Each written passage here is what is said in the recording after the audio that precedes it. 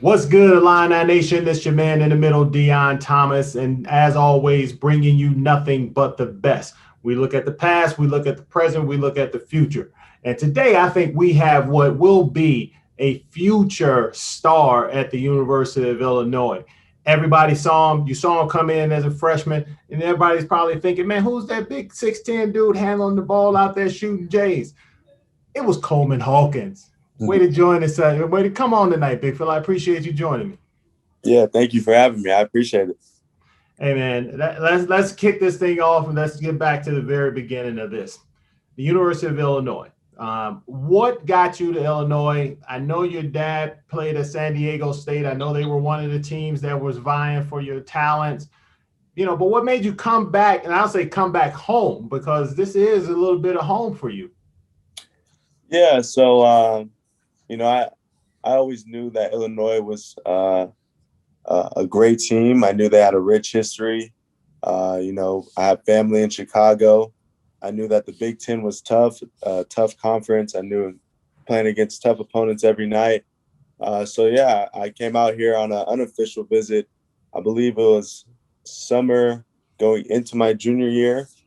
I came out here with my cousin, two of my cousins, and just walked around, talked with Chin, met with Coach Underwood, saw State Farm Center, a little basic unofficial visit. And I thought I had a great time here, and I loved the campus, even though it was summertime, not everyone was here. So, I told them I'd definitely be back on an official visit. And then I came back on an official visit, and I kept great contact with Chin and Coach Underwood before I came. And came on my official visit, had a great time, great atmosphere on campus, great facilities. They told me that Ubben was going to be under construction, told me that it's going to be a great facility. And, yeah, I just love the coaching staff, everybody on the coaching staff, everyone's personality, the characters of everyone on the team. I got along with everyone on the team. I bonded well with Ayo.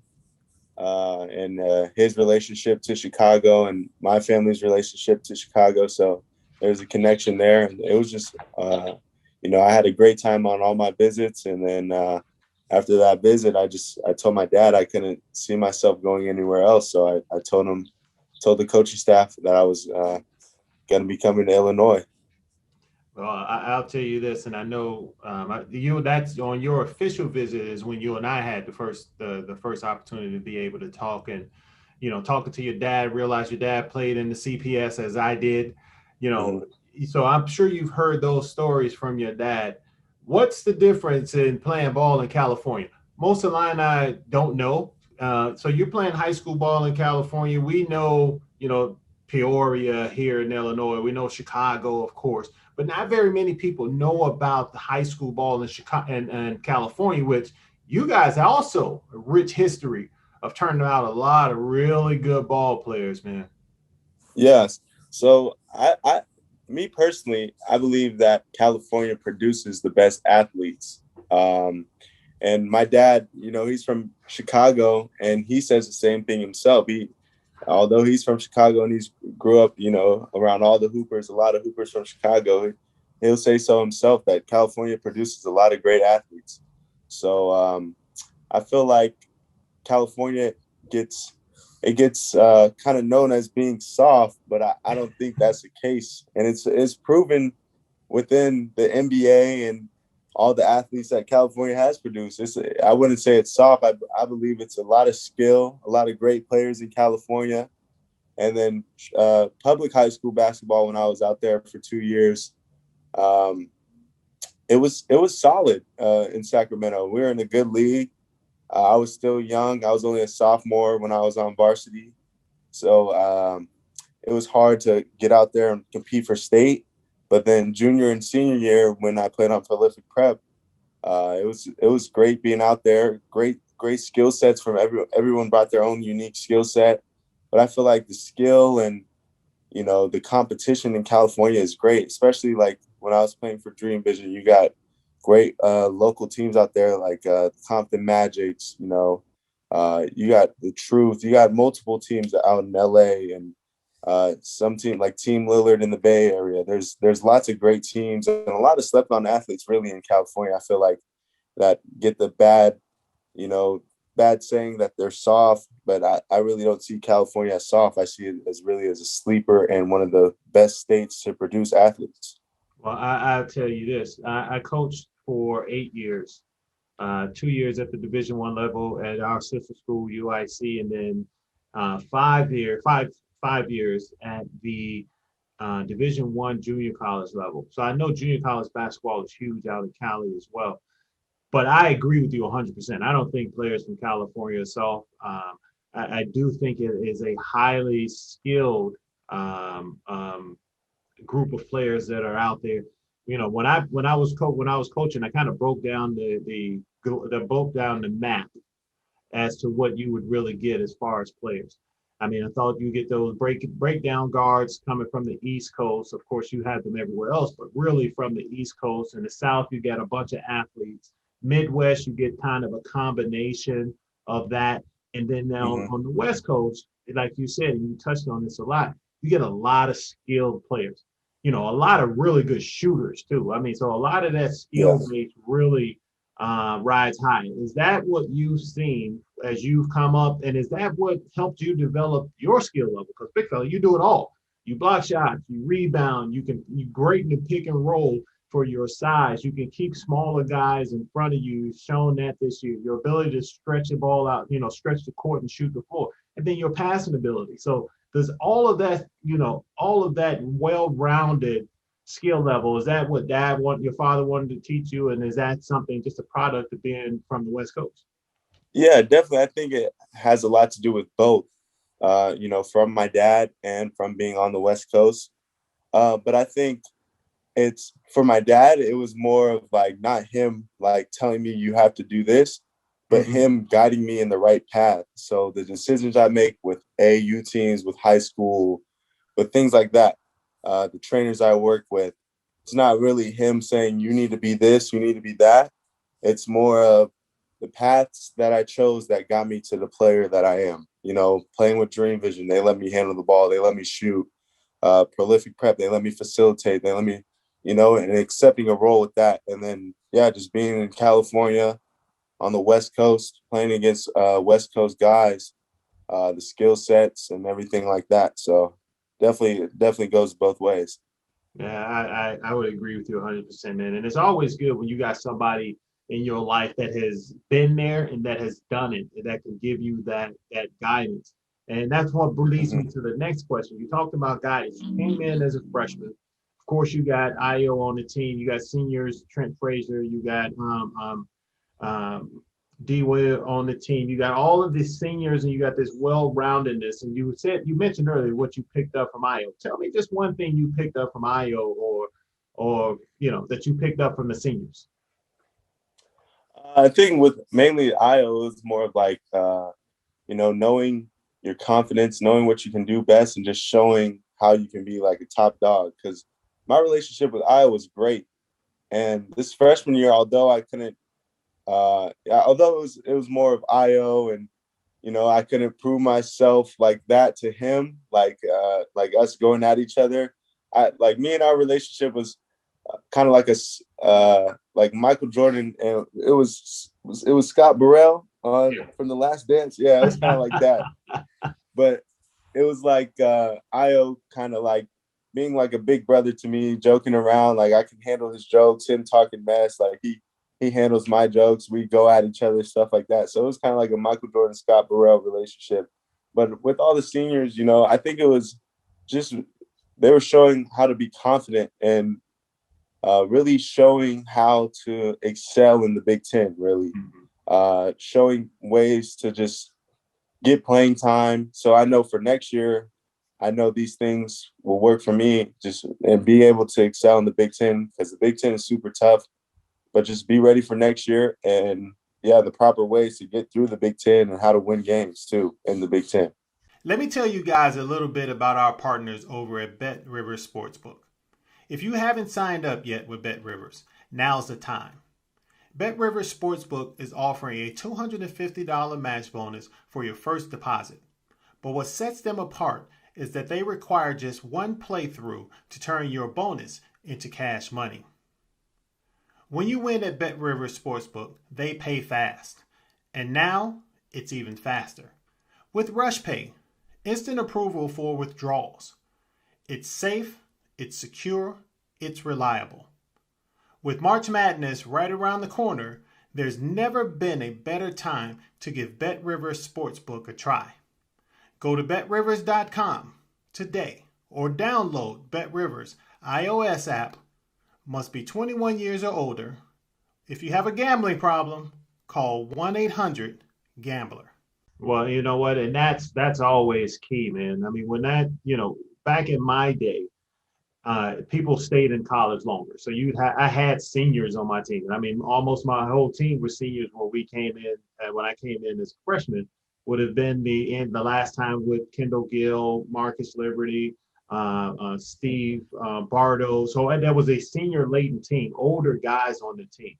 And that's not the same this year. I mean, Ayo as a junior was considered old simply because he had played, as many minutes as he did as his freshman year. Same thing with Kofi. Kofi is a sophomore, but he had played huge minutes his freshman year that I think it just confused him. People forgot that he was a sophomore and Georgie was a junior because of the minutes that they played. So if you had to pick one thing out of, hey, this is what you got to do to be successful in the Big Ten that you got from those guys, what would that one thing be? Definitely defense.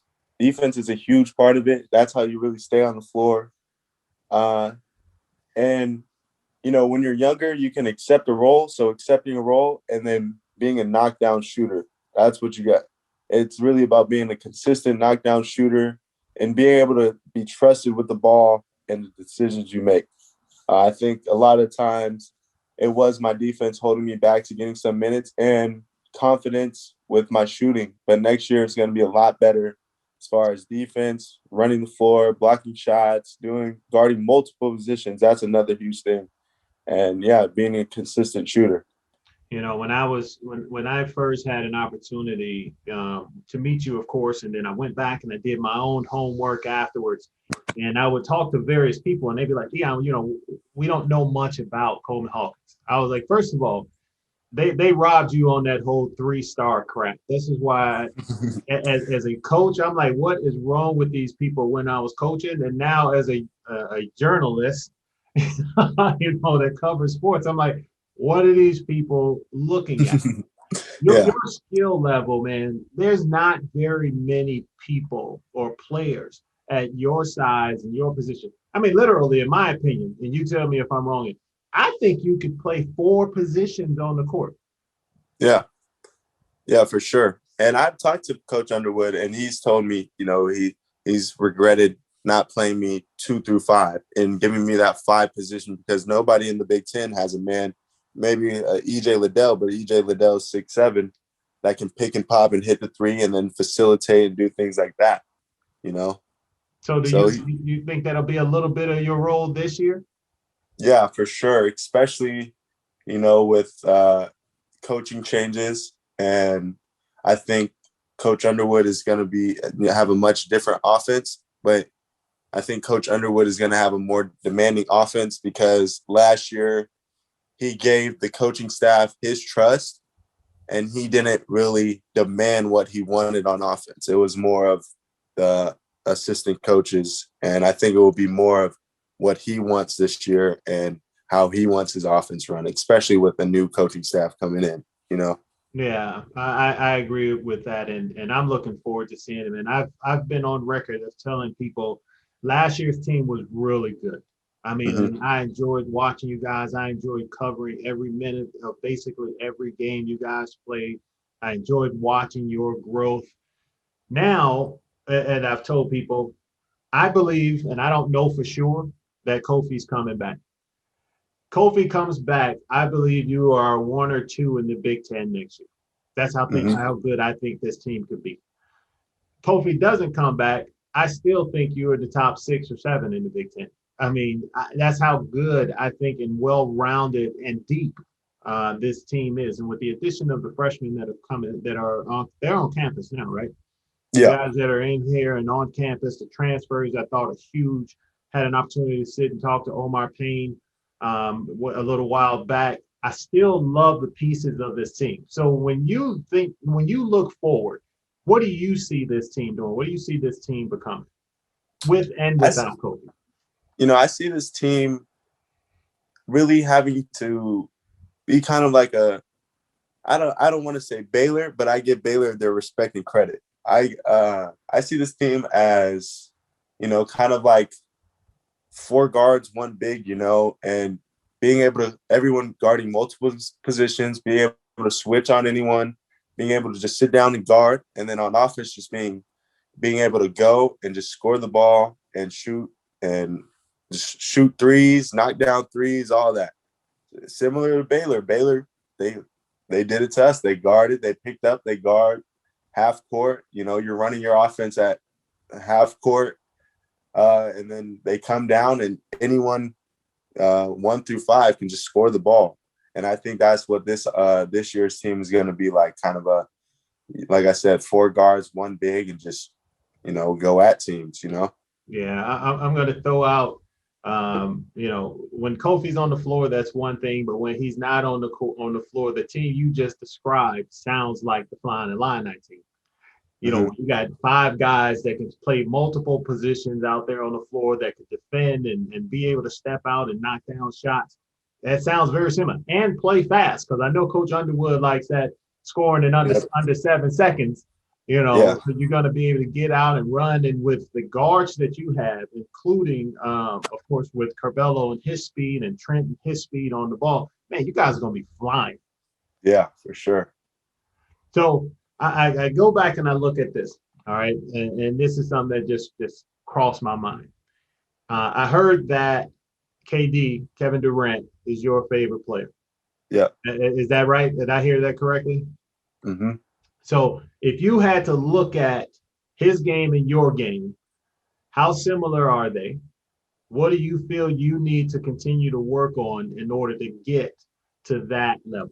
Or that type of player. I won't say that level. He's a Hall of Famer, so I'm not going to put that pressure on you.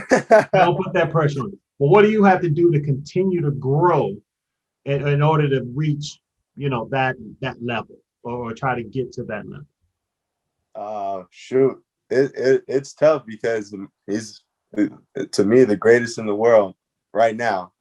But I think really that pull-up jump shot,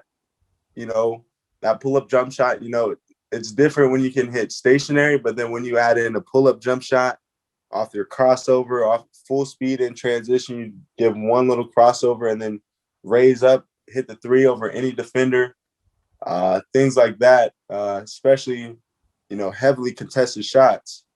With your team could trust you with the ball to hit contested shots, heavily contested shots, being able to make moves on smaller guys who can get into you.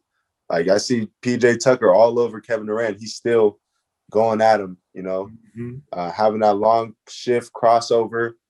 I think really everything offensively, everything as far as dribble pull up, getting that shifty crossover. And like I said, heavily contested jump shots, being able to hit those tough shots, turn around fadeaways. If I got a smaller defender on me, I can catch it in the post, look over the top, and just hit that jumper right over the top of smaller defenders. So really everything offensively is just some things I need to work on to even come close to his game. But his game is it's just unguardable, really. I love Kevin Durant's game. It's just unguardable. Well, I'll give it to you 100%, and he is the best thing going today, and it's because of all of the versatility. The only reason I used to give him a little flack was I thought he could be a better defender, than what he has shown in the past. This series right now, he's doing a better job at sitting down and guarding. So it's good to see that, because I agree with you, dude is unstoppable, man. Mm-hmm. And I've always believed, and this is what I used to tell my players when I was coaching, is you find a player that's more like you and you mimic your game after him or her, and you watch what they do and you add those things to your game. At 6'10", you can definitely, in my opinion, be able to add those things to your game to rise to the, to that level. Like you mentioned, the pull up, the crossover, the recognition and understanding when to post up because you got a smaller defender and when to drive a slower defender. You have all of those pieces in the puzzle, man. So just keep growing, and I know you're gonna get good work in this year. You got, with the hire of Chester Frazier, he was one of my favorite players when I watched him play at Illinois. Love his toughness, love his grit. You'll be able to pick up a lot from him. And then, Jeff, of course, knows the game. You've been around Jeff already for the year. Yeah. So I'm just looking forward to seeing who the next people come down the pipe. But I think you're in for a heck of a year. But let me ask you this one thing, and then we're going to move on to a little bit different topic. What, if you had to pick a moment, what was your favorite moment this year? Me personally, I think it was the Baylor game. I think really seeing how, like I said, I give Baylor their respect and credit. Just really seeing how that was when I realized, like, this is college basketball. Seeing how they guard, seeing how they play together, their ball screen defense, they were just on top of everything. And I think that's when I realized, and we were talking about it after that game. We were like, us personally, we think we're the only team that has a chance of beating them. So once we got eliminated, I knew they were gonna have that tournament run and win it. But I think really it was a Baylor game and just understanding what you have to do to win. And that was probably one of my favorite moments from this year, and just learning from Baylor and the way they guarded, the way they're coached. And yeah, that's probably one of my favorite moments from this year. Now, I'm going to tell you this, bro. That's the best answer that I have had from anyone that I've interviewed or that I've had on Champaign on Ice. And the reason why, most guys you ask, what was your favorite year? They'll all go to something either they did individually or, of course, winning the Big Ten tournament. That would be the thing. It has to do with, but yours was a knowledge base and an understanding base of what you needed to do and what the team needed to do in order to be successful throughout the season. And I will say, I agree with you 100%. I thought we were the only team that could beat Baylor. And yeah, of course you can win or lose a game anytime. I mean, that's the whole reason we play the game. But I thought we were the only one that had a real good chance of beating them. And if I showed you my bracket, I had us beating them and then going on to beat Gonzaga. So yeah, my bracket was the same way. It sucks to this day, but you got to learn, and that's just how it is. It's all about growth, baby. It's all about growth. I also I did a little research, asked a few questions, so I'm gonna run you through this, man. All right, I'm gonna have to check out your 2K game because I heard that's your thing. I've been playing 2K since 2K came out. So I'm talking about you were a little something when 2K first hit. I'm about to check your 2K game. Are you one of these 2K players that stay outside and jack up a bunch of threes, or do you play the game like you play the game? Nah, my dudes dribble all over the place, shoot whenever I want. Nah, 2K is a game. I'm not doing none of that real life stuff. I'm making my character the best I can. I'm shooting every shot, dribbling every ball. Nah. Yeah, I'm shooting every shot. I don't care. I'm shooting every shot. I don't care my record, none of that. I'm just shooting every shot in 2K. Okay. I'm gonna have to then you sound like the guys that are on TV when I'm watching them, man. They got like one player take all the shots. I'm like, how do they expect to win the game with one dude taking all the shots? Man. Another thing. This is what I got to hit you with now. Your favorite team is my favorite team. I have grown up, and I'm sure this is probably your dad's pouring all of this into you. I have been a Bear fan my entire life. I will go to my grave as a Bear fan. Who? Yes, sir. You see that flag? There you go. There you go. See it right there in the apartment. Who is your favorite Chicago Bear? Favorite Chicago Bear? I never got the chance to see Walter Payton play, but one of my favorites growing up was Devin Hester for sure. There you Devin go. Hester.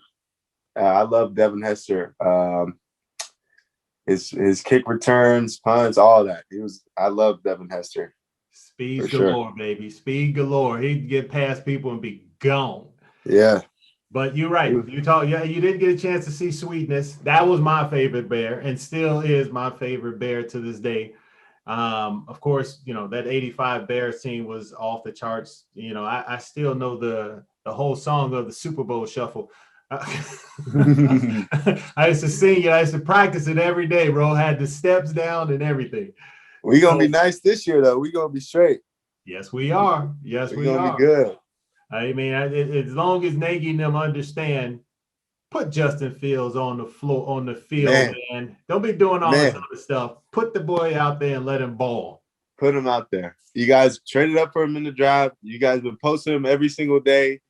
You guys just go ahead, put him out there. No need to hint around. No, none of that. Just go ahead, put him out there. That's what they need to do. So here we go. Favorite Chicago food. Favorite Chicago food. If I'm getting something, actually it's not that quick because the customer service be off sometimes. They real lazy. But if I have to do something where I can just go pick it up, it'll be Harold's. Oh yeah. But if I have to go sit down somewhere and eat, probably Illuminati's. There you go. Right there. Yep. Some All deep right. dish. Yeah. See, your dad trained you well, man. Hey, I can. Papa Del's is smooth, but nothing compares to Illuminati's. That stuff is fire.